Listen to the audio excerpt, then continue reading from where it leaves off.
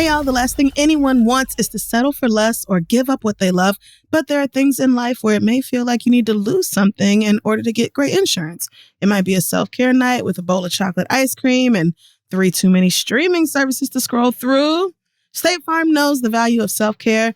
That's why they've got options like insuring your home and ride with surprisingly great rates on both to help you keep enjoying the little moments. You see, these good neighbors can help you personalize your policy so you can continue doing the things you love. So for surprisingly great rates, like a good neighbor, State Farm is there. Call or go to statefarm.com for a quote today. All right, let's start the show.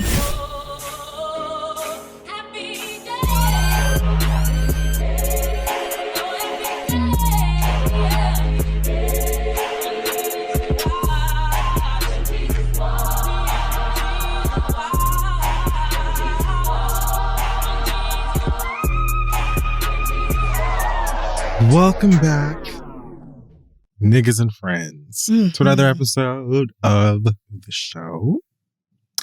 I am Sterling K. Brown. And I am Chelsea Gray. This is The Read. Thanks for coming back.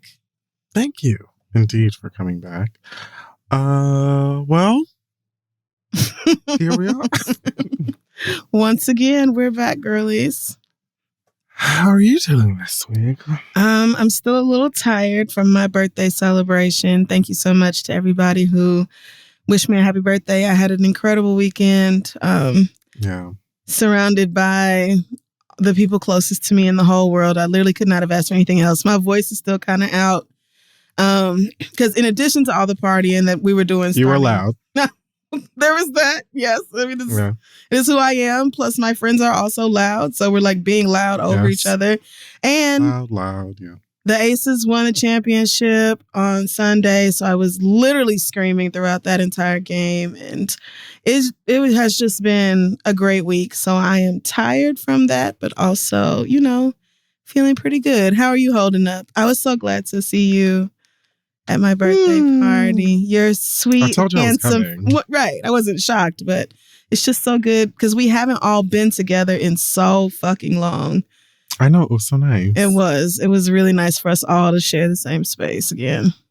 But you remember when you came and visited me and we were talking about me making a list of things to live for when I didn't have things. Yes. And the first thing I put on there was Crystal's 40th birthday. I do. So I do remember that. I was gonna miss it.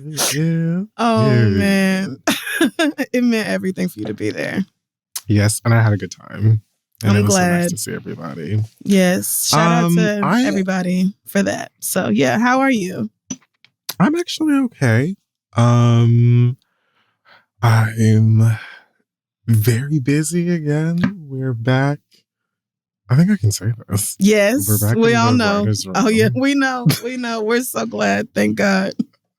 Yay, season 2. Woo. Shit got renewed. Yeah, shout out to Issa. Whatever you had to do, girl. Happy. We're so grateful because Seduce and scheme. I didn't want to say it, but I can't wait till maybe we can, talk about it a bit on the Patreon. But so proud of you and the work you've done and can't wait to just dissect this show and for more to come out. Well, I feel the same way. Thus, we are working ever so hard on it. And I say that to say, for the coming weeks, I might sound a bit tired. Okay. I might be a bit tired. There may be a week where an episode is late or an episode does not come out. Bear with the doll. Amen. She loves you. It's true. It's true. And you be doing your level best. I am doing the Negro best. We know that it. I absolutely can. Amen. And thank you. That's all I have to say about Amen. that. So, let's get things started with Black Excellence. And this week, I'm just going to give it to the one, only, true living diva. I know exactly who this is. the Zaya Wade. Period. I can't handle little sister in this ad. I can't handle it. You know, just a fresh campaign for a new upcoming Tiffany I just piece. cannot. Tiffany and Company. The melanin. The beauty. The face. That is a model. The smize. Oh my God. The grace. The hair. The whole look. Absolutely laid. I can't. Work. Young. Mm-hmm. Diva. Yeah. They can't take it. And that's on them, sis. I mean, and it's like, it's beautiful, plain makeup. The hair is gorgeous, but it's not like, it's like a very, it's a muted ad. It's Tiffany. Like, it's not doing a whole lot. The face is the point. And I think that's really what is so great about it. And like, you have to just get it. Yes, you do. You just have, there's not a whole bunch of dressing up of everything. It's the face and the jewelry. And that is exactly what you focus on. Like, that is how fucking gorgeous this girl is in this. If you haven't seen it, go Google it right now. Just, I can't take her. Diva. I can't take her. Just come break my neck. Just come break it in half. Face, symmetry. Just stomp all over my fucking back, girl. Beauty. So good. Rare form. Just gorgeous. Yes, Cannot say enough good things. Modeling in Tiffany campaigns currently. Beyonce. I'm just saying. Oh, yes. Yes. You know. Icons. Things in common. Just icons. Black girls who are incredible. Yeah. Fashion. Congratulations, Zaya. Okay. So let's get into the pop culture segment. Hot tops, the unbearable weight of massive dick. It's a burden. Yeah. A heavy load in life.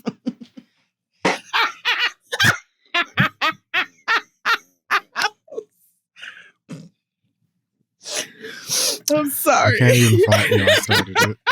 You did. It's literally your fault. So. All right. So little updates. Quinta Brunson, Emmy award-winning writer, actor, comedian, producer, all of the fashion model. Yes. Appeared on Jimmy Kimmel's show, as we mentioned she would, after her Emmy win that he ridiculously laid in the middle of the stage for drawing attention from her moment and just being weird. Yep. So at the beginning of his interview with her, he brought up the incident, apologized to her about it, reiterated that he is a fan of her and of Abbott Elementary, and sort of just gave her the floor, and she did basically the same thing that she did at the show, which was say, I want a fucking Emmy, bitch. Like, yeah. You being a dumb white man wasn't taken away from the joy I felt in that moment, which I'm glad to hear because, she deserved every last bit of that. But absolutely. I also felt like this was good. Like, yeah, this is a good way to try to, obviously we can't go back in time, but to try to make up for the absolute dumbassery, the way you just simply didn't think it through at all. This was nice. And if Quinta is letting it go, I'm letting it go. I feel the same way, sis. I still think he's a privileged dork, but his apology seemed sincere. Yes. And Quinta accepted it. And Abbott Elementary is back, bitch. So there's ducks in a row. Jimmy Kimmel Hooms. Oh, well, let me stop because Tyler is going to be on tonight and I will watch it on YouTube tomorrow. So let me not front like I won't watch Tyler's interview. But I mean, that's just how I feel about Abbott. That's just how I feel. So good. It is. And Quinta said, we were delving into them, more as like teachers, as people and like their outside lives. And I'm just so excited to see what all they do this season. I almost said semester. On theme. Oh my gosh, they should call them. No, I'm such a fucking loser. No, that's adorable. They should call them semesters instead of seasons. But it is, I'm just ready. Very extremely ready for whatever Quinta and Co. gives us. So yeah, congratulations again to them. Yes, and to Cheryl. Did you see Cheryl Lee Roth on Jennifer Hudson's show? I did. Wasn't that so cute? First of all, they both looked gorgeous. Yes. But the bow was the dream girl. Cheryl was like, this ain't no cheap bow, so you know I'm keeping it. I saw that. I saw the flowers that Oprah had delivered to the Abbott set. Mm-hmm. That then had to be transported to her home, and it took 2 men to bring them up the driveway. Listen, if that nigga is not apologizing to you with flowers that need multiple hands to deliver them, he ain't mean it. Like, she sent an entire greenhouse worth of flowers. I saw the flowers Beyonce sent, so I'm just so glad she's getting her love and having her moment, because it is extremely well deserved and incredibly overdue. And of course, we open up. I'm not going to give away any spoilers, but I watched Abbott when it aired. So, but anyway, I won't. Of course you did. Of course, I was tuned in. I never watch anything live, bitch. I was tuned in. I love when you're a nerd for things. Me too. Because you show up like I get into it, time and comfy for it. Yes, I agree. I love when I really get into something. It's a fun part of my personality. So I'm just ready for everything they're gonna give us. You're just not the Harry Potter movies, but it's not my fault that those don't get better. And everybody keeps saying I had to have this argument over my birthday with other niggas who are 40 or pushing 40 who wanted to argue with me. Okay. Well, that covers all of you. And several of you big grown niggas was arguing with me about Harry Potter movies. They're not good. Okay. All right. Y'all just gonna have to accept it. Okay. Thank you. So we should finish them. One day, yes, I told Patreon I will. So one day I will, but they're not good. Okay. They're never going to be as good as the books, but that's everything. Every adaptation of a book. But they're never just going to be good. They don't even have to be as good as the books. They're never going to be quality cinema. I'm never going to be like, wow, I'm glad I spent my time watching this. Well, you know what? The author's a wretch anyway. So fuck her. Exactly. Fuck her. So the case against Tiffany Haddish and Aries Spears has been dropped. Mm-hmm. The John and Jane Doe have gone ahead and released a statement about how they've known Tiffany Haddish for years and they're glad to be able to put this behind them. Radar Online reported that Tiffany settled with them somehow. Yeah. Privately. So looks like everybody's just going to be doing the best that they can to move on from here. Yeah. I saw a video of Tiffany and TMZ in the airport, and she said that she lost all her gigs behind this, and she has no job, and that's about as much as I've heard so far. No word on whether or not Aries Spears' butt cake head ass is going to play in because he needs to. I mean, the fact that they got sued together is probably the only reason they got any money. No shade, but I mean, they also were both like guilty. Y'all were in that shit. Y'all were on that shit. Y'all prepared that shit. Y'all did that shit. So, yeah, I saw that same video of Tiffany talking about how she lost all her jobs, but she was also checking into Delta One, which is like the first class. And then being privately right, and being privately escorted through security, like a lot of celebrities do. Like, it is LAX, but still, like, that's not a cheap flight, and you're clearly going somewhere for something. So, like, are we supposed to cry for you as you board first class to somewhere allegedly not to work? Like, I wouldn't be, I don't know. I don't know if I believe she truly lost all her jobs. Some of her stuff might be on ice and let it blow over. But, like, hosting that kids show, I'm sure she got fired from that. I'm sure you're not back allowed on that set. Right. But the rest of it, I feel like, I don't know. We'll see. We'll see if Tiffany Haddish continues to have a career. But I mean, she's I think she'll be okay. She's a comedian, so like gigs could be like she probably had like a lot of live shows or stand up stuff booked and stuff maybe that people backed out on because of it. Right. But I think she'll probably be fine. Yeah, I think after some time, if she I don't know. Like, I just think that this is probably not the end of her career. I doubt we ever hear from Aries Spears again, but that should have never been a thing, right? That should have never even been a possibility in the first place. The whole thing is unfortunate and weird and strange. But yes. Weird and strange. Right. And if either one of you, like if neither one of you ever works again, I won't be crying about that. Like, this was a horrific thing y'all did. Go get a job somewhere else. You're not entitled to be a movie star. So down in, where did this happen now? Down to the Chicago. Oh, Lord. There was a stop of a tour called the Fall Back in Love Comedy and Music Jam.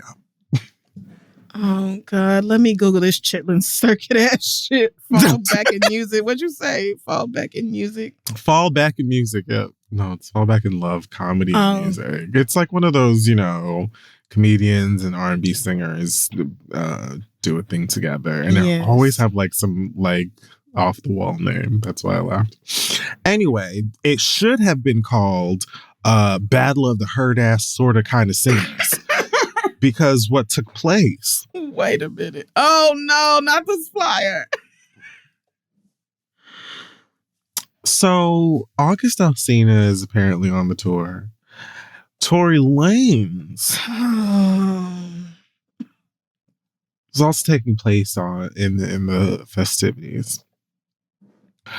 Now, one August Alsina took to the gram over the weekend and posted photographs that of himself all bloodied up and alleging that he was sucker punched and jumped by a 4'11" sized leprechaun. His words.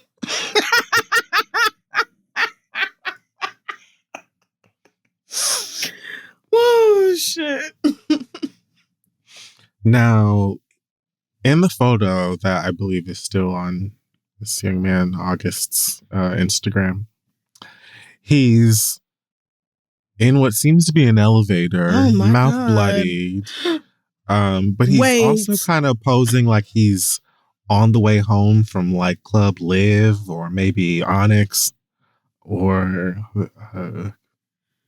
Booby Trap on the river. Like he looks like, I don't know who took the photograph, why. But anyways, there's multiple photographs of him all injured. And he, alleges that he hurt Tory's feelings by refusing to dap him up when they saw each other backstage. Now, there is video footage of this incident happening. August is in all of these all this outerwear and coats and hoodies and stuff, looking like he's an immature and or a crisscross. And then the little one is walking in the opposite direction with his security guards and shit, and he holds his hand out to shake August, and August looks directly in this nigga's palm as if like are you joking? As if he was trying to read it. Like, he looked right into his hand and then kept walking. Toy Story Lanez is still holding his hand out to the point where one of the girls standing off to the side just shook it for him. She was like, "Oh, you're not getting it." Yeah, this isn't I got happening. you. Don't worry about it. It's all right. Let me clean this up for you. This is sad. Damn. Wow. So the story that I heard from Rip Michaels, who hosts the tour, is that Toy Story went back to his place, got security guards, went and found August, confronted him about it. August was like, well, you were talking shit about me.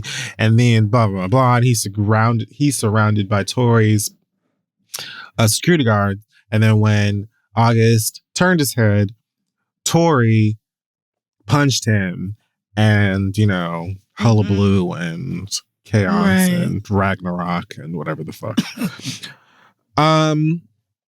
So from there, it seems Tory was kicked off of the tour. He alleges he didn't even know what the fuck that man was talking about. Of course, he would say that because now there are reports that Los Angeles Police Department is investigating the incident. Of course, they are also the people on his ass over that Megan Thee Stallion shooting. Correct.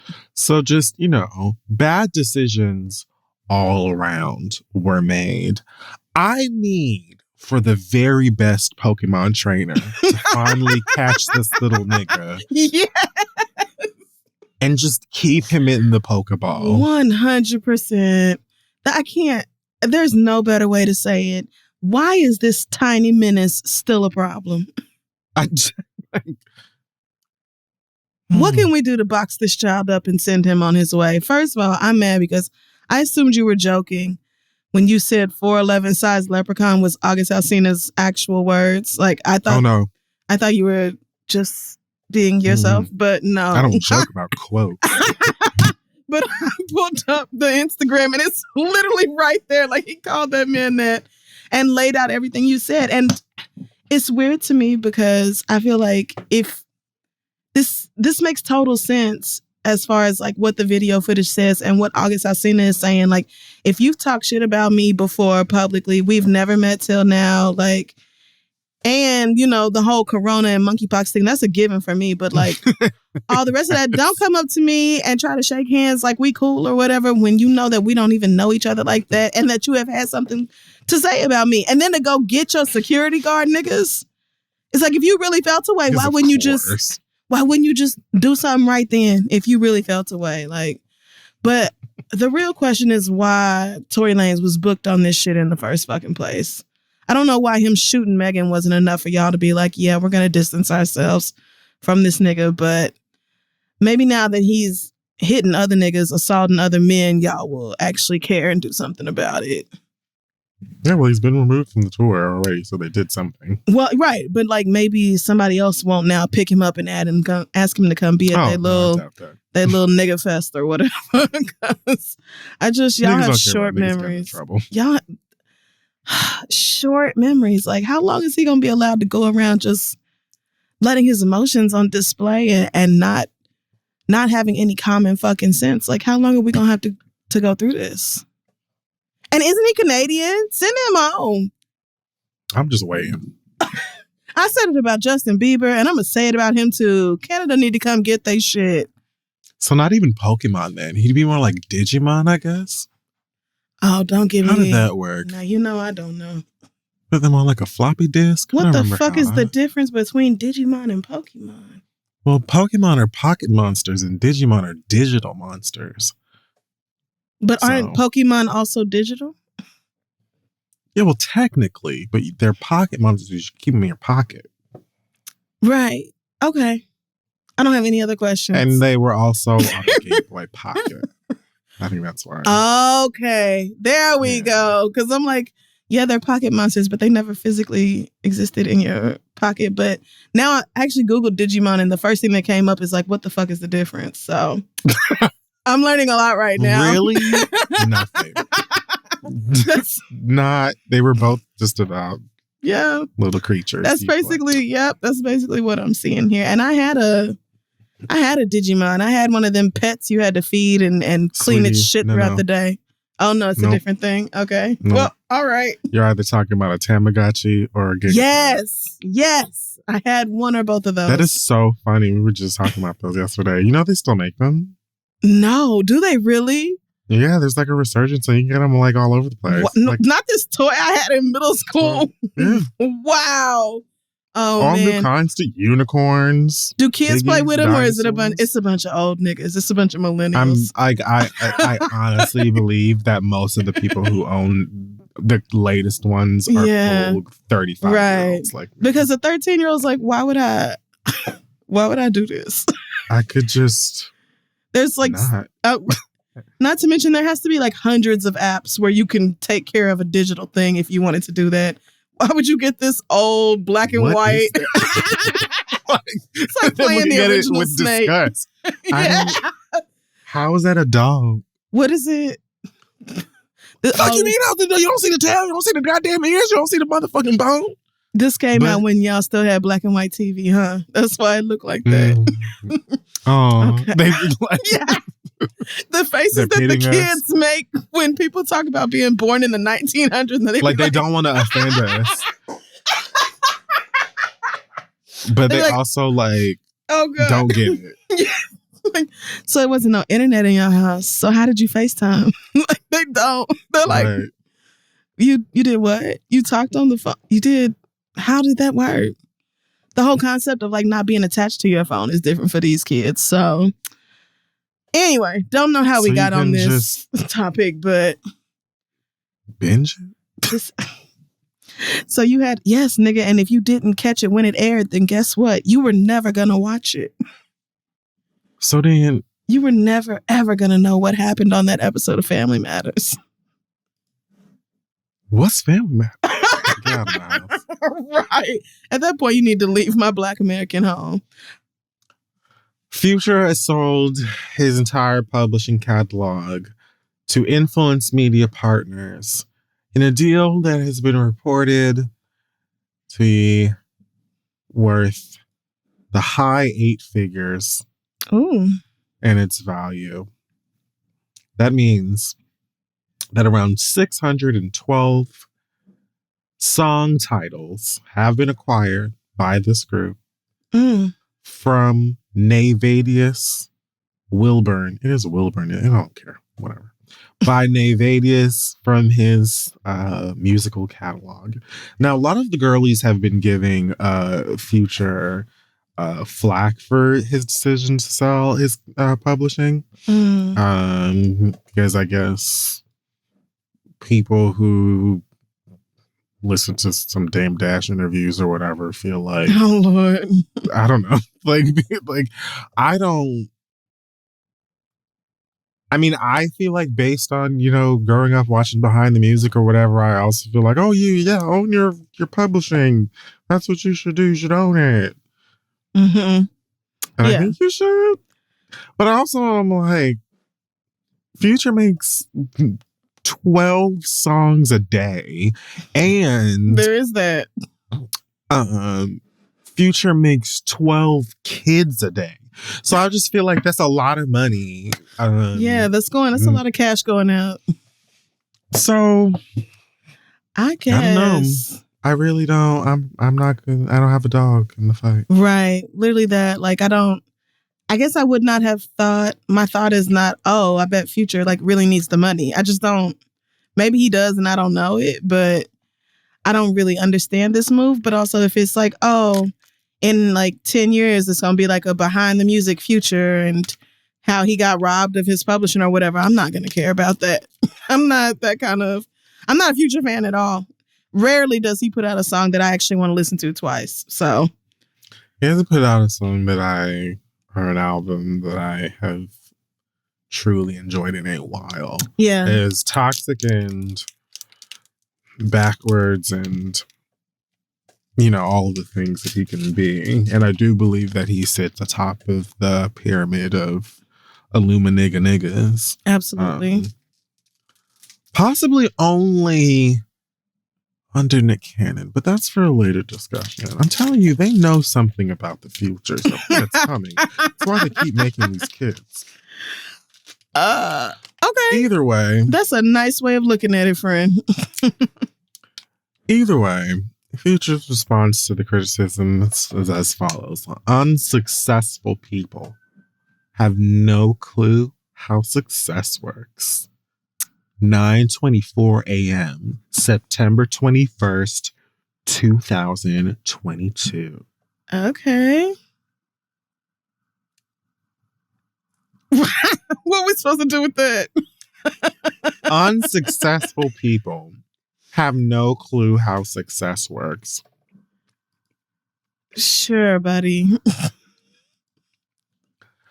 Breaking news at 11.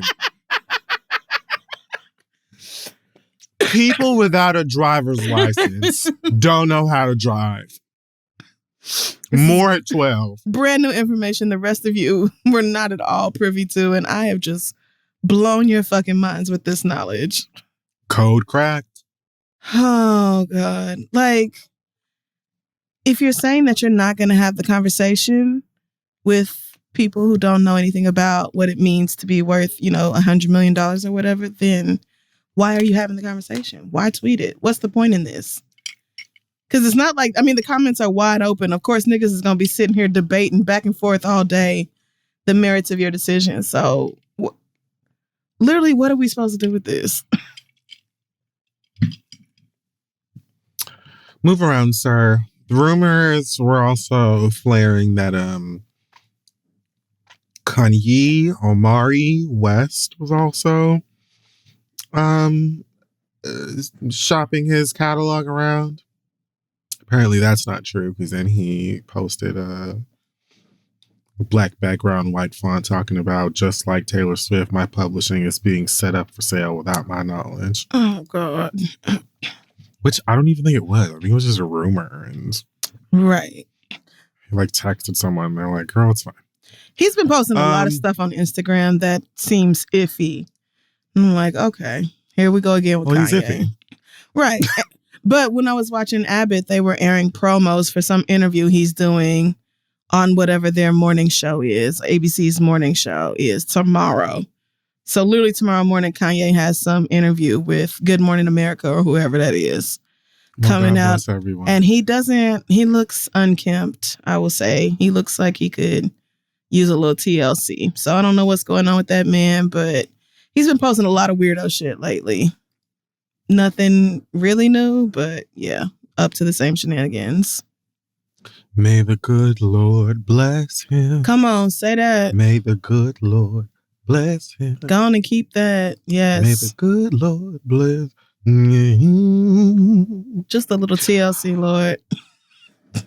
50 Cent is passionately fighting a rumor that he has gotten sexual enhancement surgery done on his genitalia. What? Is that really something you can do? Beautiful. Oh, yes. And niggas have learned it a lot recently. And they're going in, getting dick fillers, girl. That's a thing. Wow. Shut me up. Okay. Look at science doing something for good. Well, sorry. It all started when 50 Cent took a photograph with one Dr. Angela Kogan at her medical spa / plastic surgery institute. Perfection Plastic Surgery and Med Spa. Now, in the photograph that she's posted, it simply says, "Thank you, 50 Cent, for stopping by the #1 med spa." She tags the spa. She says, hashtag 50 Cent, hashtag the spa's name. The spa's name again, hashtag med spa, celeb, VIP, facial, laser, and then power. Oh, which girl. I just realized, I guess, is probably in reference to the show. Right. Like the strength of the tools they use to buff away your pubic hair or whatever. But so that was that. That was posted. Now, 50 Cent is pissed because he is saying that they're using his image and an old ass photo from February 2020 to promote their clinic. And what's worse is the Shade Room interviewed this doctor about the rise in men getting this sexual enhancement surgery done to their peni. And when they posted the photo, I mean, the interview thingamajiggy, they used this particular photo of Dr. Angela and 50 Cent. Of course. He's pissed. He's suing Angela Kogan and the business for this link and these allegations and this just vicious gossip.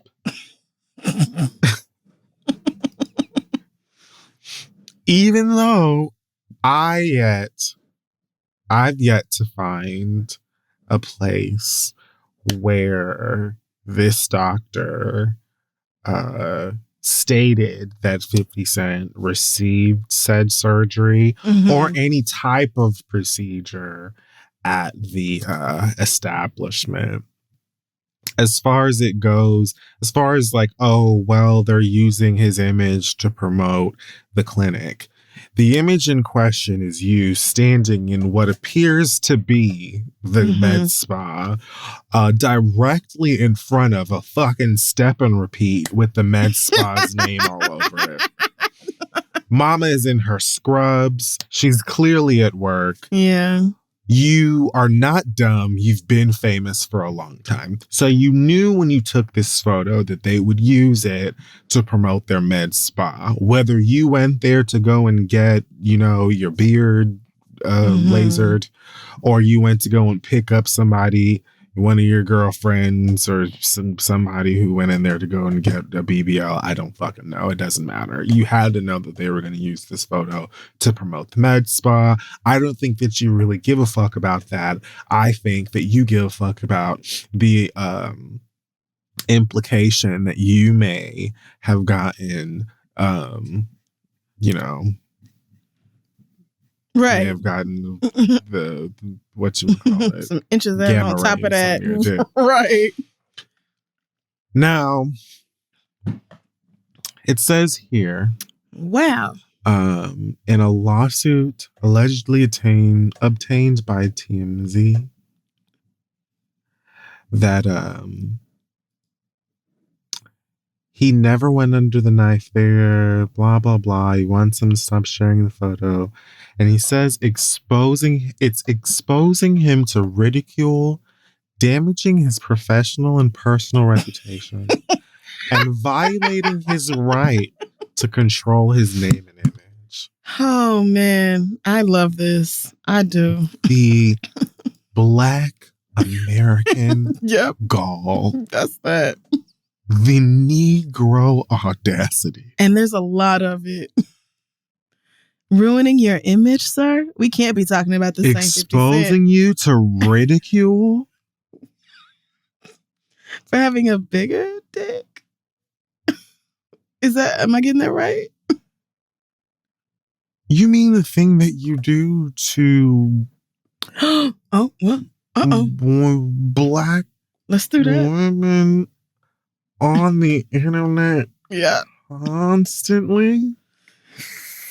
There's that truth. You just exposed little kid. It's fine.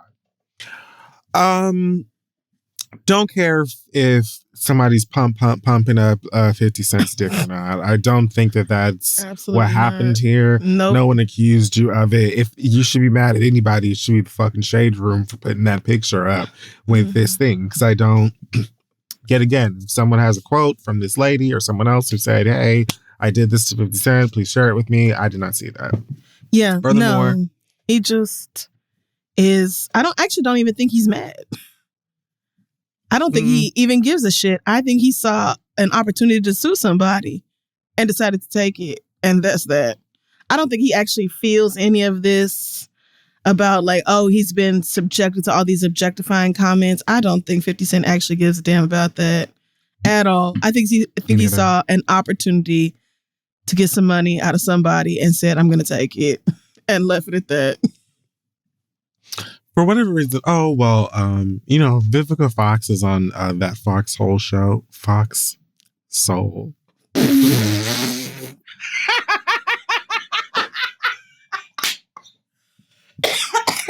You said it so smooth too.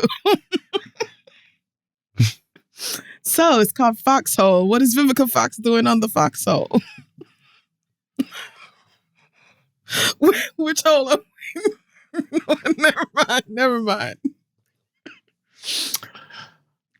They were talking about this rumor or whatever on there, and 50 Cent was like, woo child, the one time I'm with him is on this one. Angela, you lying. If that's the one thing I know, that's true. He didn't have to get no enhancement. He's good. Okay. Thank you, girl. I feel like we all knew that, but thank you for the confirmation. Again, they never alleged that he did. It's his picture was included in order to trick the public. Like 100%, they saw an opportunity to sue and are taking it. But yeah, girl, we knew. I feel like everybody knew 50 Cent had a big dick.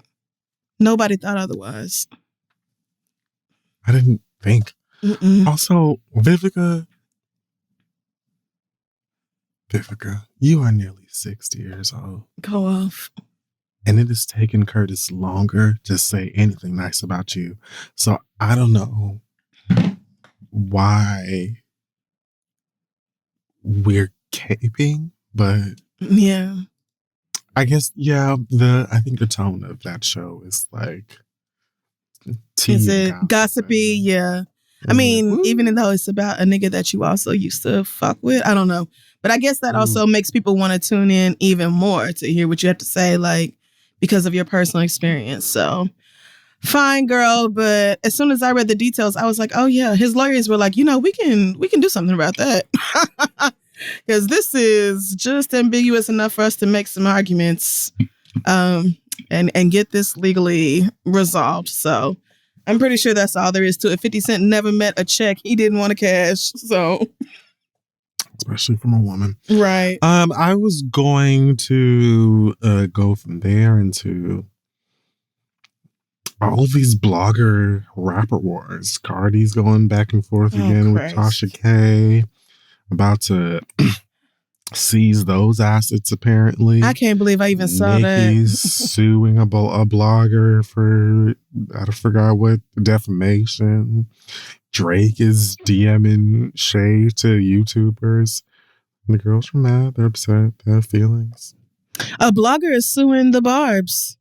Kimberly, who does For Harriet, is suing the Barbs because she said something critical about Nicki, and they... All of them?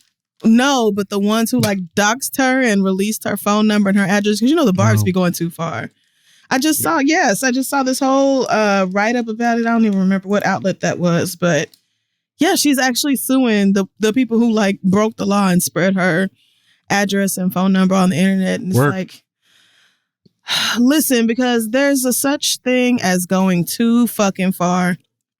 And when y'all start talking about threatening people's lives, threatening the children in their lives and all that, it's time to be held responsible for the shit that you are doing online. So I did see the Cardi and Tasha K thing. I did see the video that Tasha K did. Did you see that, where she's talking about how Cardi is a 2-year-old ex-celebrity and only has one album, and that's why you don't tour, because they don't know if you're going to show up for your dates or if you're going to be getting plastic surgery instead. And I read about this. I did not hit play on that. It was the whole time I'm like, but what does this have to do with you giving that lady her money? What did this have to do with you giving that? And so, of course, after these videos came out, Cardi was like, oh, so you got shit to talk. Let's go ahead and freeze your assets. I told you to give me my fucking things. So I saw that. I don't know. And my only real thoughts are I don't know what else has to happen to Tasha K for her to understand that, you need to watch what you say. You already owe that lady $4 million. Instagram talking about you escaped to Ghana in order to not have to pay that woman her money. I suggest you mind your fucking business. What else do you have to lose? Please chill. I want to escape to Ghana. I always wanted to visit. I mean, I'm sure it's lovely. Wouldn't want to go because if I stayed in America, then I was going to lose the panties off of my ass because I couldn't stop myself. Because I had every opportunity to delete the video and apologize to Cardi B and didn't do it. I would hate to be that dumb bitch. But the rest of this, I don't think I feel like I did see some Nicki news, but I didn't know she was suing somebody. Yeah, she's suing a blogger for defamation. I can't remember exactly which. Wait, the person who called her a cokehead? I didn't know that was a blogger. I think so. I don't remember what the person said. But yikes. Suing girl. The girls are suing. And then Drake DM'd some YouTube reviewer, random white person, some shady shit. And that blog. I'm just like, child, people have feelings and you just can't say anything. I mean, I guess it says here that Nicki is looking for $75,000 in damages. So that's it. Yep. Well, I mean, what I Googled very quickly just now, that's what that says. So, I mean, I guess that's a lot of money. I mean, it is, especially for the average everyday person. That is a whole lot of fucking money. But, I guess some of these sound like, things that should be pursued, and some of them sound like niggas deciding to be petty and doing things because they can. But, whatever. All the girls are playing games. That's going to be it for me when it comes to the hot tops. Thank you so much for listening to our pop culture segment. We're going to take a break and come back and read your letters. So the key to any successful business is making sure it has a unique website. And creating a great site is super easy with Squarespace, the all-in-one platform for building your brand and growing your business online. Features like member areas let you monetize gated content like videos or online courses. So let's say if you sold candy nose rings at candiesboogersugar.com, then all of your loyal subscribers would get early access to your next drop of candy nose rings. Create pro-level videos with the Squarespace Video Studio app to tell your story and grow your audience, grow your sales. Watch those numbers go up. Let's say that you start your day selling, I don't know, nail polish for pet piggies at piggypolishplus.com. You can get you can give behind the scenes looks into the formula and scents, all the things that it takes to make piggy polish. Squarespace even has email campaigns to help you stand out in any inbox, convert email subscribers, loyal customers with customizable email templates, built-in analytics. With a great website, you can engage with your audience and sell just about anything, products, content, and even your time. So head to squarespace.com/read for a free trial. And when you're ready to launch, use the offer code READ to save 10% off your first purchase of a website or a domain. Let's get back to the show. All right, folks, we are back, and it is now time to read your listener letters. After no fucking way. We do. Not me thinking I got away with it.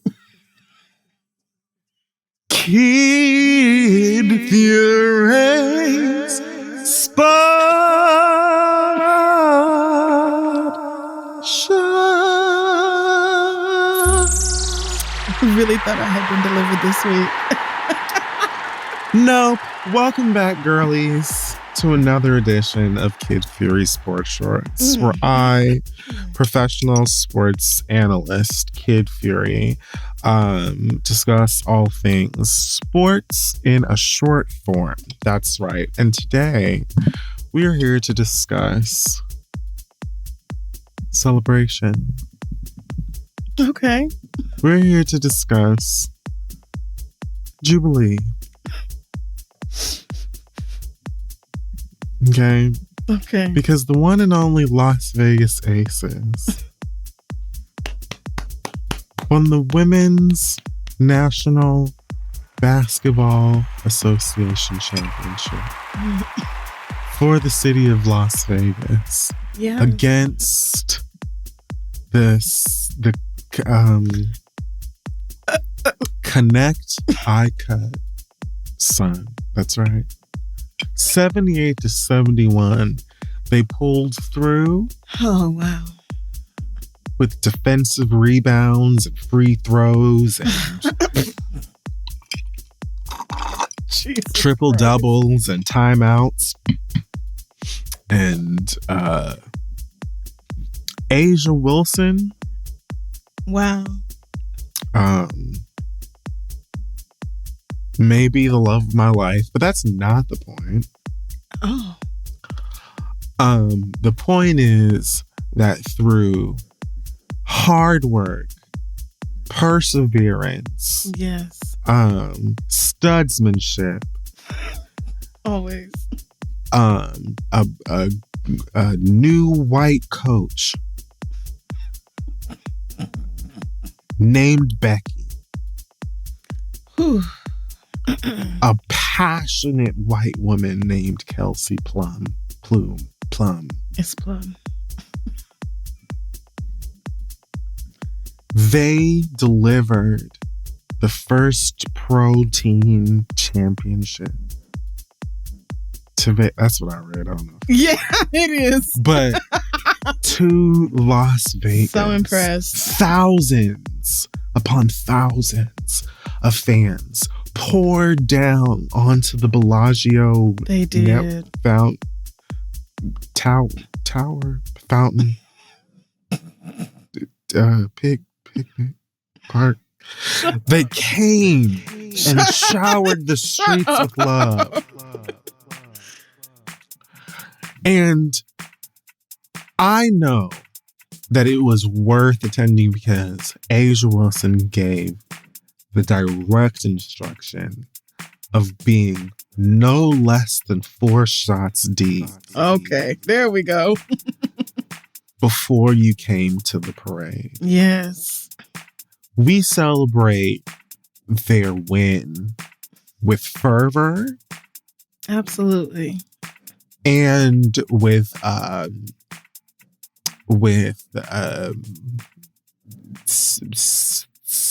salutation and perforation and oh my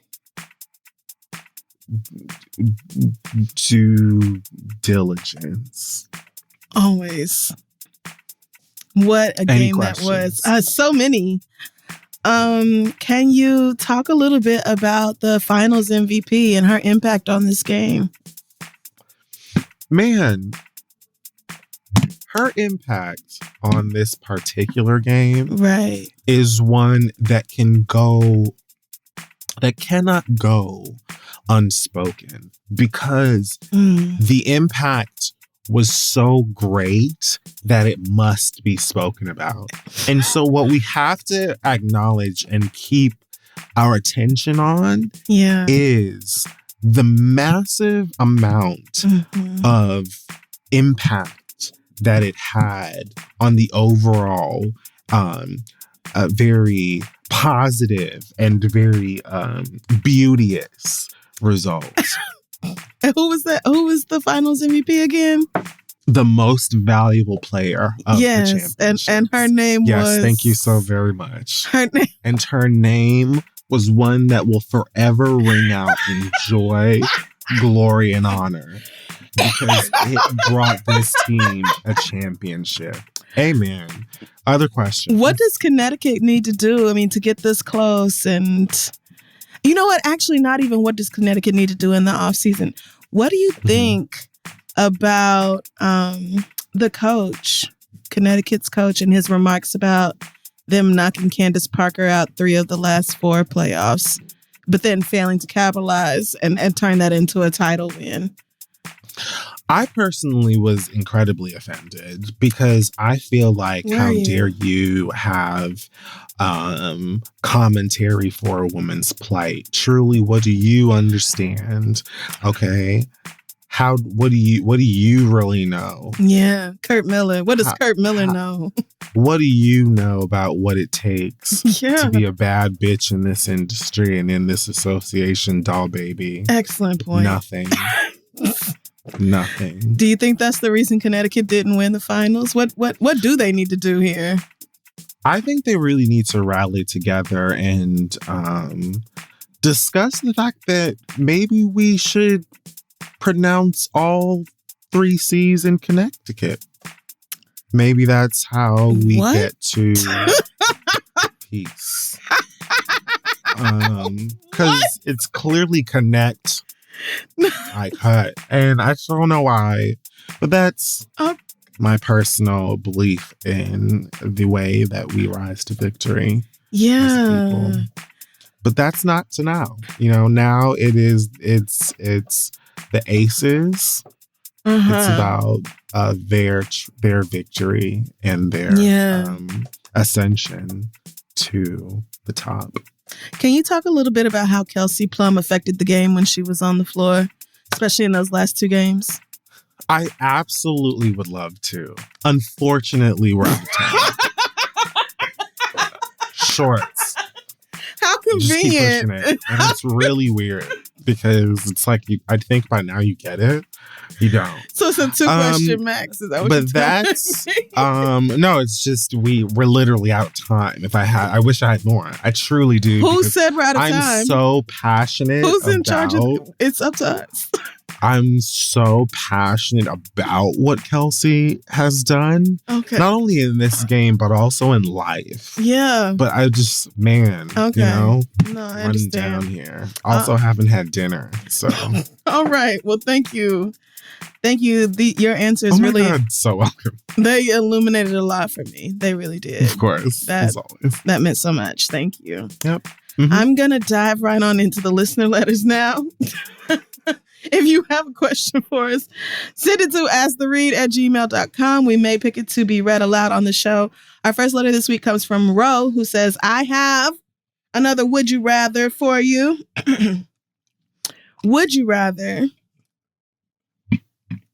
be front row at Beyonce's first Renaissance tour date or receive the next 3 Ivy Park releases for free in one of those custom PR boxes?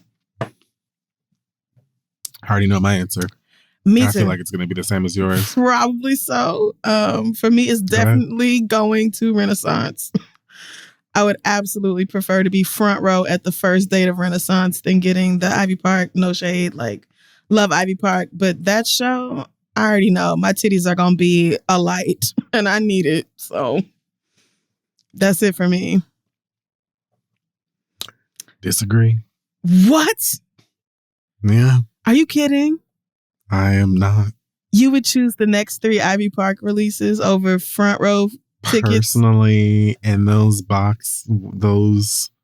extra special, here are all of the pieces. Yeah. Just for you. I mean, they're cute. Yes, I would. Wow. Okay, so there's a bonus. Because let me tell you something. Oh. First of all, Beyonce, the first show is going to be dumb because all of the shows are dumb because it's Beyonce. Like, right. However, Beyonce's tours are also like wine. Okay, I'm liking the logic here. They do improve with time. Beyonce goes on that tour and be like, you know what? Let's do this now. You know what? I want to add in some of this. You know what? I saw that one little dumbass TikToks that the kids keep talking about. All right. She does do that. Yep. She does. Beyonce doesn't just keep giving you the same show all tour. It's true. And Beyonce, you know, like there may be some kinks that get ironed out. There may be some fashion changes. True. I may get the braid date. Because here's the thing, I'm going. Right, I'm going. Let's not be ridiculous. I'm going and I'm going to fight tooth and nail to be as close to the doll as possible. So I'm not concerned about attending the show, and I'm actually practicing. Well, she's forcing me to practice patience anyway, because at this point, the lack of visuals feels personal. It feels like y'all have got to calm down. Is upset with us. It's not that at all. But yes, because I'm going to that show, and I know that whether it's the first show, the third show, the 17th show, that it is going to rock my mons pubis. Okay. And I can't wait. I would take. I can understand. I would also like to go to the first show so that I can compare it to the other shows that I'm also going to see later on throughout the tour schedule. But Ro included a bonus question. And so if you picked Ivy Park, what if the concert tickets included a 2-minute meet and greet with Beyonce, the Casamigos was free, and the concert was in Amsterdam? Would that change your answer? Yeah. So that's enough. Okay. Yes. Are you fucking kidding me? I mean, a 2-minute meet 2 and greet, minutes to just be like, I would just be standing there trying not to get on her nerves. That's a lifetime. I wouldn't even use the whole 2 minutes. I would literally ask her to leave because it's like I'm wasting your time. I'm not even going to look her in the face. Like, you're amazing. You're the doll. You're like, everything is good. This album rocks my tits. Everything about you is about, like, I wouldn't even, and see, now I hate myself for even doing the most. Like, now I have, like, I'm ashamed, and this is hypothetical. Yeah, now I'm embarrassed. So, like, over what I would do. I don't even want to anymore. I don't want to meet her. No. I just don't want to embarrass myself in front of her. I don't want her to run away from me like she did Jason Lee. Jesus. I like the way me and Beyonce's relationship is right now and how it doesn't exist. And I just get to be a fan from over here. So I already told the story of how she held my hand at Revel. At Revel. So. She did. Yeah. And didn't she speak to you once on the sidewalk? Weren't you like waiting? Yes, she waved and said hi. Yes. I was like, I know I'm not remembering that wrong. I've had my moments. So there was one about Renaissance, which, like, if you picked the show, what if the PR box included a handwritten note inviting you to Miss Tina's to eat her gumbo and be a guest on her Facebook show? This is ridiculous. Like, you're not playing. This isn't how you know. Yeah, I actually don't think that would change my answer as fun as that sounds, but. Wait, a handwritten note from Beyonce or from Miss Tina? It doesn't say. It just says handwritten, inviting you to Miss Tina's to eat her gumbo and be on her Facebook show. As much as I would love to do that. I would rather do that. Oh, well then, you picked the Ivy Park box anyway, so you're going to get that. So you won both ways. Awesome. And I would rather the other one. Miss Tina's fucking gumbo and I get to be on her show. Word. In addition to custom Ivy Park, the next 3 releases, the shoes and everything, all of it. Eat my ass. That's really a value. Life. Because, like, getting that shit tailored to your measurements and everything, like custom Ivy Park, and you don't have to pay to have it tailored, bitch. Yeah. Mm-hmm. Yeah, that's a good one. All right. Thank you, Ro, for starting off the questions this week with something light. Let's dive on in. Ivy Park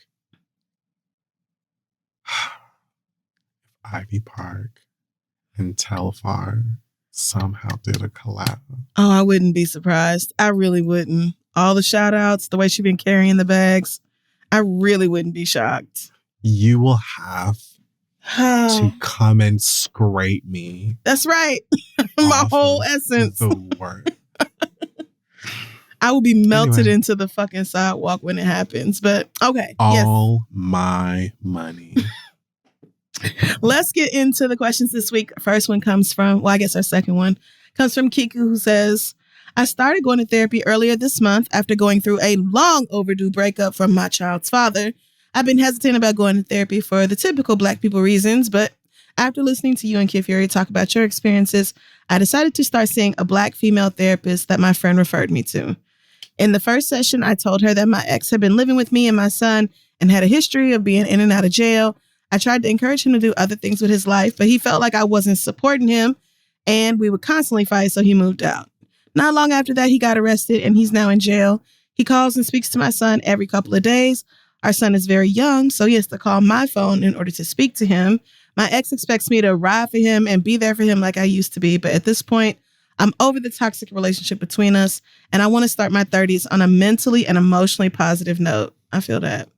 However, when my therapist told me that the best thing for me to do is to completely cut off my ex, not have him communicate with my child in order to prevent the in and out cycle and go through the court system for full custody, I felt like someone kicked me in my stomach.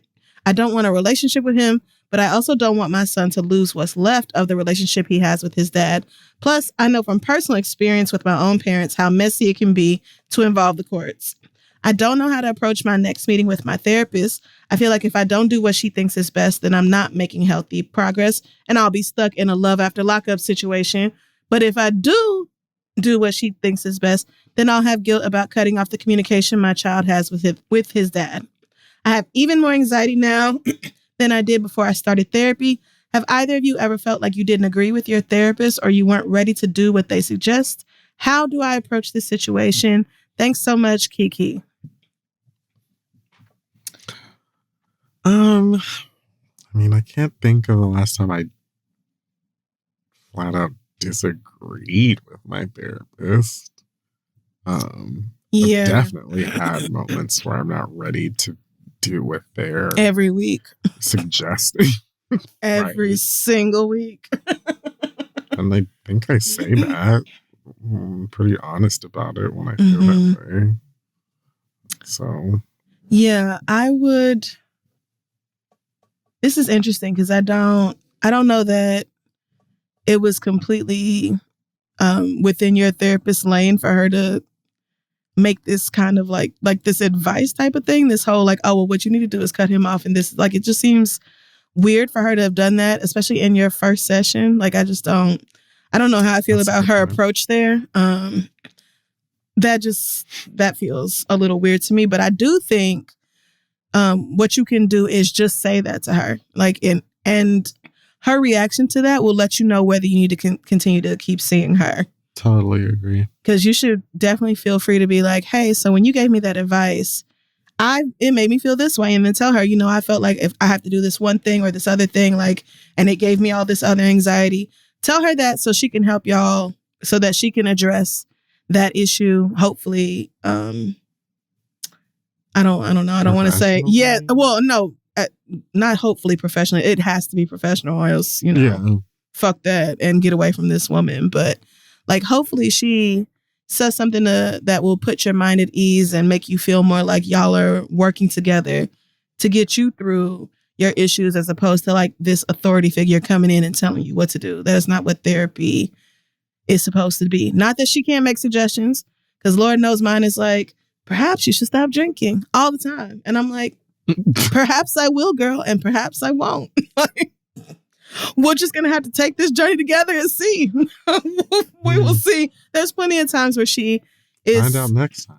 Right. We'll find out together. Girl. I'll let you know if I ever manage to do that. But not agreeing with her, that happens rarely. Normally, I can definitely see her point, and it's just that I'm not ready to do it. Right. Yes. But yeah, this also feels like it was a little more immediate. Like, the outright advice giving is what I'm just like, I don't really know about that. So, but definitely say something to her. And if you feel like y'all work through that and you can continue to build a relationship with her, then great. If not, then you're only a couple of sessions in and you can cut her off and go find somebody who's better aligned with you. Like, as much as we talk about therapy, like, I feel like we do try every now and then to emphasize that we mean like, therapy is most effective when you find a therapist who is actually good for you. Everybody's styles are not going to be complimentary for everybody. Like, every therapist cannot possibly be for everybody. And there are some really bad therapists out there. So it's great when you find one that like works for you and it's somebody whose approach and style works for you. Somebody who cares about what they're doing. But if not, it can make things much worse. So yeah, I would just say bring it up to her and yeah, hopefully she handles it well, but definitely say something. And don't be afraid. Like, they are trained to handle this. So she should be able to handle it 100%. And good luck. Because what a shitty, difficult situation you're in with your baby dad and him being in and out of jail and trying to do what's best for your son. Like, that's rough. So good luck, Kiki. Let us know how the conversation goes. Keep us updated. Our next letter comes from Oliver, who says, I've been dating my boyfriend Colton for 2 years. Colton is deaf. I don't know why I did that. I'm sorry. Not booing love. You think you me. Right. Colton is deaf, I'm hearing, and we communicate using American Sign Language. I learned ASL in college, and I work as a sign language interpreter. I live about a 3-hour drive away from my family, so I don't see them more than a few times a year. My family doesn't sign at all, so visiting them with him is a bit of a challenge. I'm trying to teach my family to sign, but it's a slow process. So in the meantime, I asked them if they wouldn't mind splitting the cost of an interpreter with me so that I can actually engage with everyone and not spend all day interpreting. I love my boyfriend and I don't mind interpreting for him at all, but doing that as well as trying to engage with my family all by myself is so exhausting. However, my family is against us splitting the cost of hiring an interpreter because it's kind of expensive and they feel like that's my job anyway, so why should they pay somebody else to do it? Even after I told them how tiring it is, they just don't think they should have to pay for an interpreter to come along to our family gatherings. I told them that if they won't help me pay, then we just won't be able to come home as often. And now they're calling me rude and selfish for not wanting to just interpret for him. Oh right? Niggas. My boyfriend is supportive of me setting this boundary, but now I'm having doubts. What would you do in this situation? Any help would be appreciated. Thanks, Oliver. Oliver, me, myself, I would go homeless. like I would follow through on exactly what the fuck I said, which is I guess I'm rude and selfish or whatever the fuck else y'all calling me. Because come the fuck on. Like, I'm telling you, first of all, this is something that is supposed to be beneficial to everyone. You know, it's supposed to help make everyone's life and the communication in the situation easier. Yes. But particularly me as your family member, as your blood, it helps me a lot and take a lot of exhaustion off of me. And for you to say that I'm selfish or rude by saying that, like, I am just it's not even I'm saying fuck y'all, well, we're not coming over here because y'all are selfish. You know what I mean? Yeah. Like, it's just literally because it's so much work and it's tiring, I'm not going to be able to do it as much. Like, that's the reaction that you have. Seriously? Right. Okay, I have a sign for you. Like, I'm saying I need support. But like, he's saying, hello, I need some help here. I need some support. None of y'all even know how to sign. So like, I'm literally doing this all by myself. Like, I think it's a combination of people really having no idea of how much work it goes into to interpret for somebody. Because most people are not bilingual, that at least not in America, are not bilingual in a way that means they have to do that very frequently.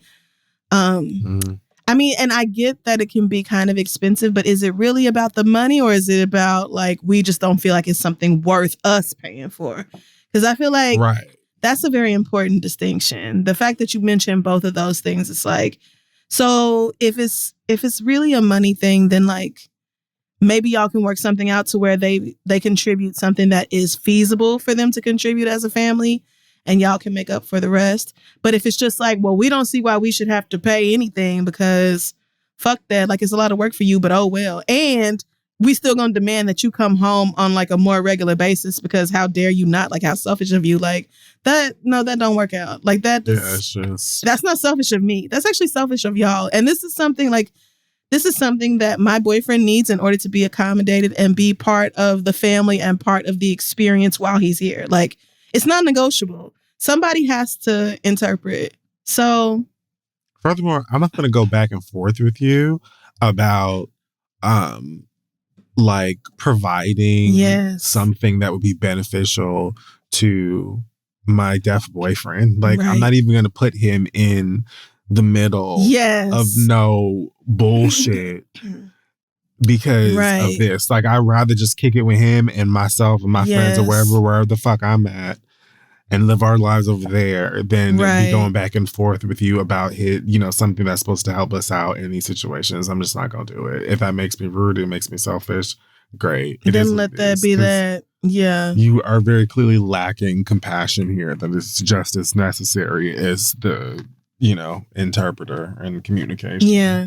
And I'm not going to make him feel bad like, oh, well, my family said it's not worth it to them to pay for it. Like, Right. I'm not bringing that into him like that's something wrong with him. Like, no, this is an accommodation that he has to have in order to be part of the group. I'm not going to bring him and then sit him in the corner and ignore him either. So, like, either y'all work with me on this or you don't see me no more. But this whole guilt tripping, oh, well, you're just so selfish and inconsiderate. Girl, no. What's selfish and inconsiderate is expecting me to keep up with that amount of work that, again, none of the rest of you have to do. Or understand. Or are even trying to do. Like, yes, it takes time to learn ASL, but are they really trying? Something tells me they're not. Something tells me they learn when you get on Zoom or when you see them and you give them lessons and they're not taking the initiative otherwise. So, like, literally the entire responsibility is being on you here. So, yeah, no. You're not finna tell me that I'm rude and selfish when you are making the rude and selfish statement, like, and trying to make my man feel like, oh, well, he don't deserve this accommodation or we shouldn't have to worry about it. Like, we've been together for 2 fucking years. I don't know. To me, it seems like there's something else underneath the surface there, and these are just the excuses they're giving. But yeah, I would lay it out for them like that. Like you said, you live 3 hours away. It's not like you're dependent on these people. So I would just lay it out. Be like, this is how I'm feeling, and we can either talk about it or I can just not see y'all as often. And it's really up to y'all. Amen. Woo. All right. Let's see here. Here's some breakups. Oh, here's a question it's kind of about video games. This one comes from Rose, who says, I'm friends with a girl named Jenny who has started like keeping things from me, and it makes me uncomfortable. I'm known in our mutual friendship circles as someone who loves video games, and over the pandemic, Jenny and another acquaintance of ours, Lisa, got super into games as well. They reached out to me for my fan knowledge and to talk about our favorite games, and over the past 2 years, we've gone from acquaintances to actual friends. But like I said, sometimes Jenny withholds information from me and it makes me distrustful of her. The worst offense was when the 3 of us tried to get a limited edition item and I was able to put 2 in my cart, but went back to try and get a 3rd for her. And in that time, everything sold out. Afterwards, Jenny told me that another friend of hers had already gotten her the item and I was pissed because I could have just gotten it for me and Lisa since Jenny was sad. I called her out in the chat and Jenny apologized in the chat and in private and then made sure to get me the item through other channels. There's been other instances where Jenny has withheld information for selfish reasons. I've noticed that it's never malicious. It's more like she's acting in her own self-interest. I know these aren't outright lies, but whenever I talk to her, I always feel like she's keeping something from me, and I don't always trust what she says, right? My instinct is to take a step back from her, but she has introduced me to her other gamer friends who are super cool, and I like them a lot. So I can't totally cut her from my life the way I want to. It's hard for me to make friends because I'm on the spectrum, and I've always struggled with meeting people and maintaining friendships. Aside from these feelings of what is she not telling me, she and I are chill and get along well. I like her a lot. I just don't know what to do. Should I talk to her about this? Am I just being a typical distrustful Scorpio? Please help. Thanks, Rose. Well, I can't tell you shit about Scorpios. I love blaming my personality traits on my sign too. So I feel you, Rose. Right. And I have a Scorpio rising, and it's very difficult for me to trust people. So I feel you, girl. I mean, I don't know that I heard the part where you converse about this issue. Yeah, she's like, should I talk to her about this? Which I think that you should, because it doesn't. I mean, even you're saying you don't think it's malicious. She's acting in her own self-interest, which is still bad. Because she's keeping shit from you, right? But it's like she's introduced you to really cool people, and like you have like this cool group of gamer friends, and as a gamer, having like a group of friends that you can play video games with is really cool and valuable. Yes, as a gamer, I agree. Yeah, I'm sure. I do. But I also respect like, oh, she introduced me to these people. I can just cut her off and tell her, go fuck herself. I'm sure you want to, figure out your friendship with her. But it's like to rewind to what you said about like, I'm gonna question everything she says every time we speak. I don't know if she's telling me the truth or if she's holding information from me. Like that is not. Like, that's not a friendship. That's not a healthy relationship of any kind. You're going to have to confront her about these things. And then hopefully, you'll get accountability and action and you won't have to worry about this sort of thing anymore. But you don't say anything. You can't really expect that anything is going to change. She's just going to keep withholding information from you, and things are just going to get weirder and more complicated and twisted. And it's not really necessary because it doesn't feel like any of this is that deep that you can't talk about it. Right. That's where I'm stuck. It's like, I get the being like, this person doesn't always give me all the details, and it is difficult to trust somebody like that. But this video game thing, I don't know if you just didn't, the limited edition item, I don't know if you just didn't clarify, but I didn't read that, she asked you to go back and get a third one for her. It kind of read like you just volunteered to do that and then she didn't need it. So it's like, maybe I'm missing something there, but that just seems like something that a conversation can clear up. And I get being like, it's difficult for me to make friends and I like this person. So like, how do I work it out? Like, should I talk to them? And it's hard to be confrontational in that way if you've never had to like challenge a friend before. But it is really the only way to maintain relationships with people. There's just no way that you're going to have a friendship, relationship, any type of relationship with somebody and everything always be 100% smooth on both ends, no matter what. Like, people hurt each other's feelings, people, maliciously or not, intentionally or not, all the time. So I would, if this is, not just a friend, but somebody you've also met a lot of other cool people through, then if I wasn't ready to approach her with the conversation, I would just adjust my expectations and keep it. Because I get it if you just feel like if you don't have the nerve or whatever to say something to her. That happens. But, then it would be like, okay, so maybe when it comes to Jenny, like if I know they releasing a Breath of the Wild custom embroidery pillow or whatever, then, I just make sure I go ahead and click checkout on my purchase.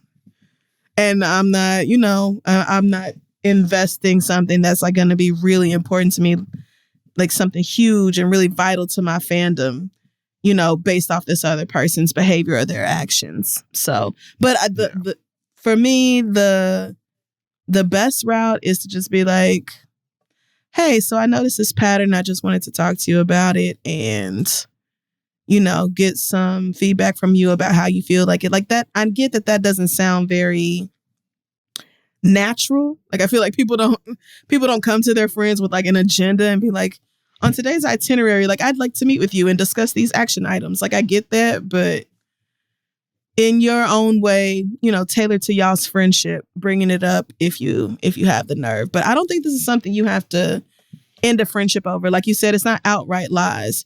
It's just more like she's always looking out for herself. And when I'm around people like that, I just start looking out for myself. Right. Because I know you don't have everybody's back. So I'm making sure that, I'm watching my own. Right. Yes. But good luck. I get it, especially with something really niche that you're into. I'm the same way, when people text me about Breath of the Wild or Mario Kart, I'm always like happy to give my expertise, happy to help, happy to get more people into Animal Crossing or whatever. But, there's a line. Like, if you put a bitch on your best friends and then she came to your island and stole all your bells or whatever, like stole all your money trees, that's a violation. Like, so. True. So something Speaking to keep of in which, mind. have you seen the trailer for the new Breath of the Wild? I sure as fuck have. And I also saw that they pushed that shit back another, I don't even know how many months, like another 4 to 6 months or something from when it was supposed to be coming out, which is actually perfect because now it's coming out in May of 2023 when I should be done with school. So I can actually afford to spend. Yes. Actually, I'm glad. Please don't let this come out in December because I will have to go right back to school in 3 weeks and I won't be able to do it. I will still be stuck on Breath of the Wild. Yes. So I'm glad. Yeah, I'm glad it's coming out in the spring so that I can spend all summer at home playing Breath of the Wild. I'm so excited. Cannot wait. But yes, Rose, glad that we as gamers could help you out with your gaming related question. Sure. Should we do another one or should we wrap it up? No. I feel like we did like 5 letters this week. So if you have a letter for us, send it on over to asktheread@gmail.com. We're going to take another quick break and then we'll be right back. Hey, y'all, using Talkspace feels a little bit like having a mental health professional in your pocket that you can reach out to anytime, anywhere, which makes taking care of your mental health super easy. That is exactly what it's like to use Talkspace.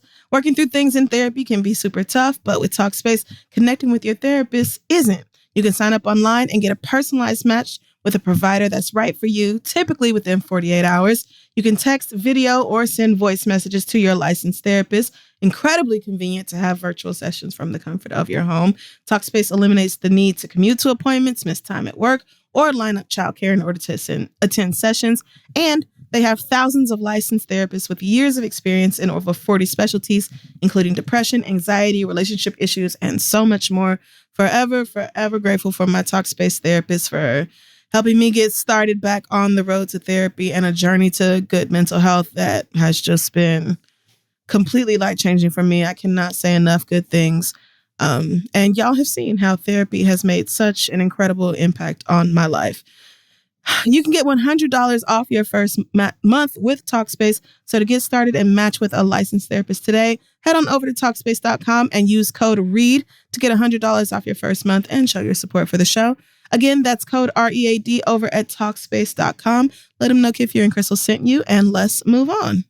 This episode is also being brought to you by Brooklinen, which offers high-quality home essentials without the middleman luxury markup or inflated thread counts.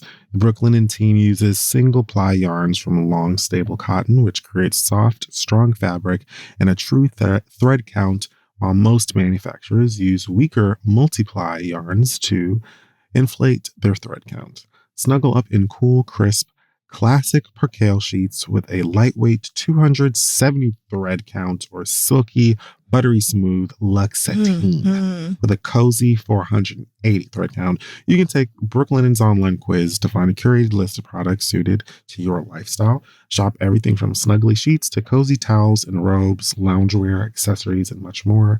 Plus, Brooklinen offers a top-tier 365-day return policy, plus an additional year for sheets, pillowcases, and duvet covers. So make sure that you go over to Brooklinen because there's one thing. There's one thing we all deserve. Listen. Especially those of us who are getting up and going out into this world and trying our best. It's to rest. That's right. And why not do it on something comfy? That's what I'm trying to do. Sleep with luxury. So refresh your rest today with Brooklinen best-in-class bedding.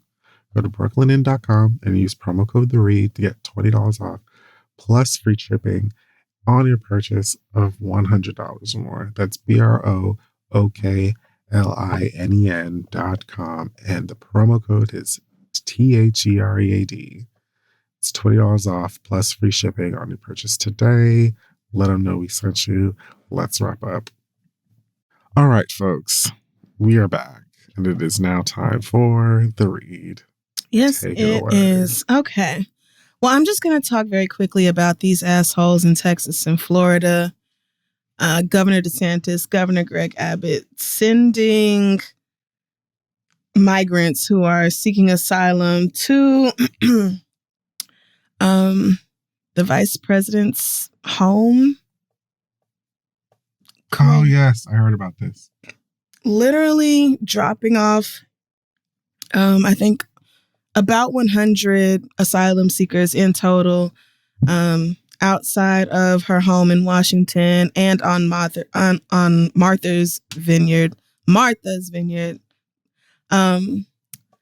which was just so horrific that as soon as I heard it, it's crazy that I live in this country and I can still be stunned by what these people will do.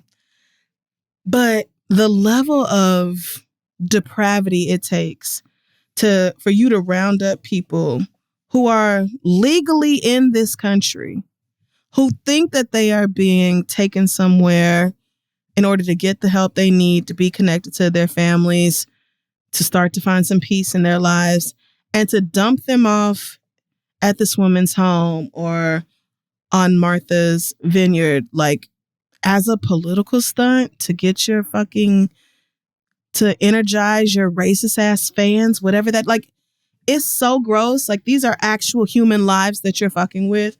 But my read is actually not even, obviously that's horrible, horrific, terrible, shithead behavior. But I also want to bring up one Charlemagne the God. Now, what the hell does he have to do with it? I wish absolutely nothing. Because, I try not to talk about Charlemagne unless I'm getting paid for it. Well, I guess I am. So, Charlemagne on his show, a clip of his show that was coming out, he said that, just prepare yourself for this. I don't. He said that he actually thinks that this was a genius idea and that the only... And that the only problem is that they should have called the Democrats first and like coordinated this with them, because then it would have exposed that the Democrats are just hypocrites and they don't actually want immigrants or migrants near them or in their homes either. So take that. Now, I did not go back and watch the whole show. I'm sure somebody on that panel got him together with how utterly fucking stupid that was. But like, calling it genius just means that you have no idea what's going on here, Charlemagne. Clearly not, because the cruelty is the point.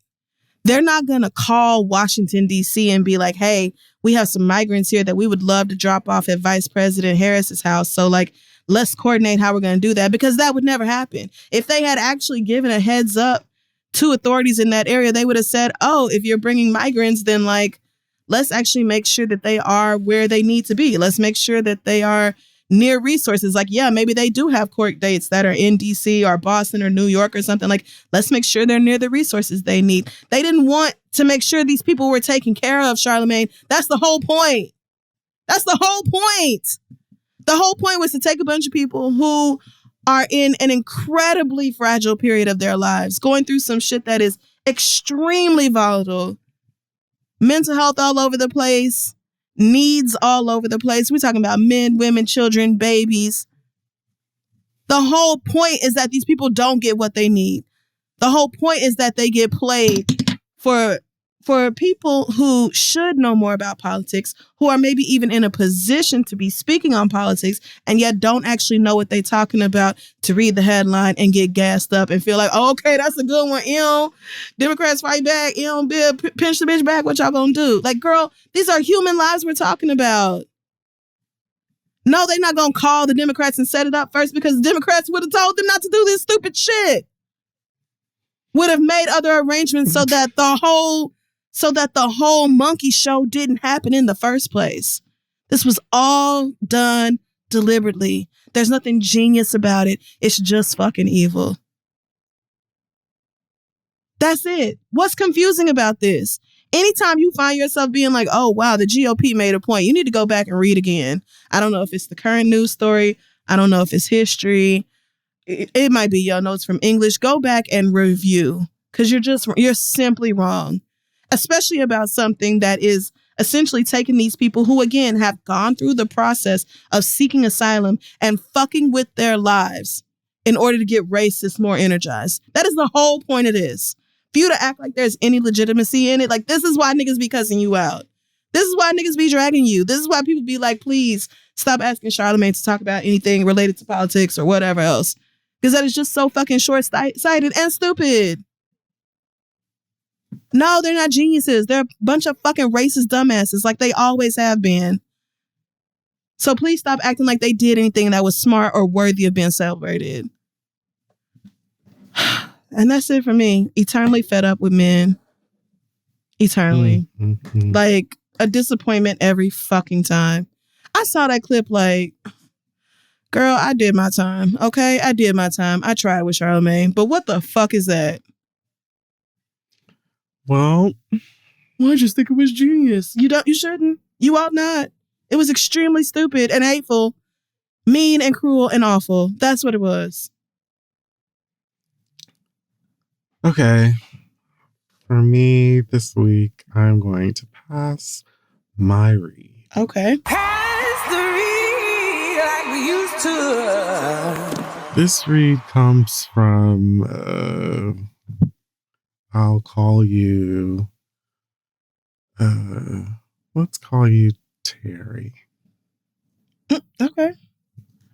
This says, this is for my sister's soon-to-be ex-husband, 10, or any stereotypical white man's name that will suffice. Oh, Lord.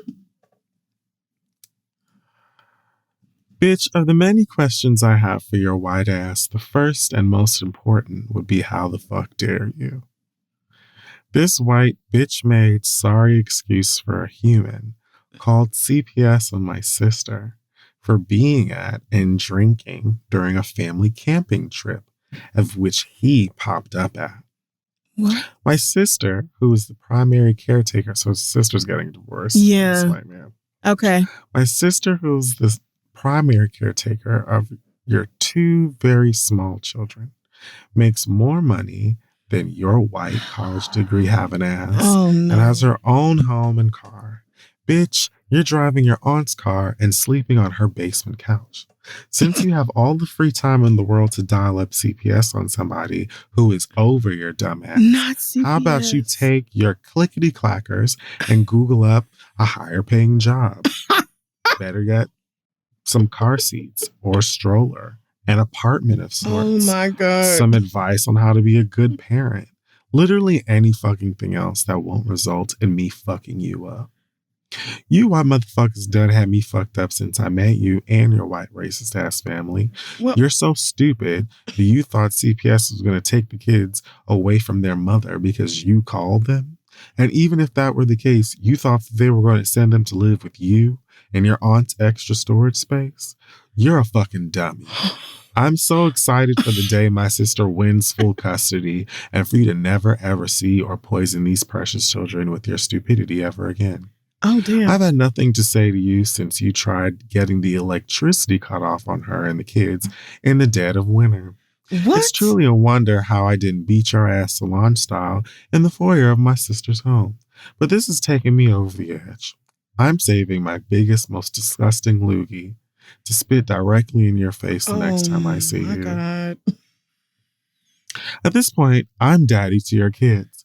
There's no reason why you've been seeing them 5 times a week and they regress in your presence. But with me and their mom, they flourish. They know how to sit quietly, feed themselves, express themselves, and how they feel, amongst many other amazing skills like playing the piano and spelling. Sounds like you're not only failing at life, but also at parenthood. Your 3-year-old and your 1.5-year-old are both smarter and more emotionally intelligent than you'll ever be. You're a waste of life. You're worthless, you're useless, and it's a wonder how you're still on Earth. I now fully understand why your family views you as a fucker. They hate you, and I get it completely. You hate yourself, and that I understand as well. I simply wouldn't be able to exist if I was you. I truly wish you the worst in life, and I'm hoping whenever you have the "can it get any worse" thought, that your existence continues to get more and more difficult. I wish you every single major and minor inconvenience that can possibly happen to a person until one day you spontaneously combust into nothingness as if you were the victim of the Thanos snap. You truly deserve the absolute worst in life. Choke. Wow. He called CPS because she had a beer on a camping trip. She was on a camping trip with her family. And so she wasn't even the only one. Her. So she wasn't even the only adult. Like, you just, Yeah. Yeah. Woo. I'm sorry. It got worse. It went from worse to worse. Yeah. Not you out earning a white man with a degree with your own house and car while this nigga is, oh my God. Woo. God bless all of you leaving worthless men. Yeah. May the strength of Christ be with you. Step right into that light. No, not that light. The other light, Caroline. The Lord light. Yes. Well, that's about it. Oh, okay. Well, that will wrap up this week's episode of the show. Check us out on social media at This Is The Read and our website, thisistheread.com. You can find our merch over at shoptheread.com. Anything else from you before we head out this week? Is the Patreoning? I don't know. It has been. Yes, and we are going to be, yes, the Patreon is up and there is a live being coordinated soon. So yes, we're back on that over at patreon.com/theread. Go check out these videos that Kid Fury posted of him trying out these snacks and things. Yeah, and we'll hang out over on the Discord. Is that it from you for this week? That is it for me. All right. I got work in the morning. All right. Yes, stay black, protect your magic, and we will see y'all next week.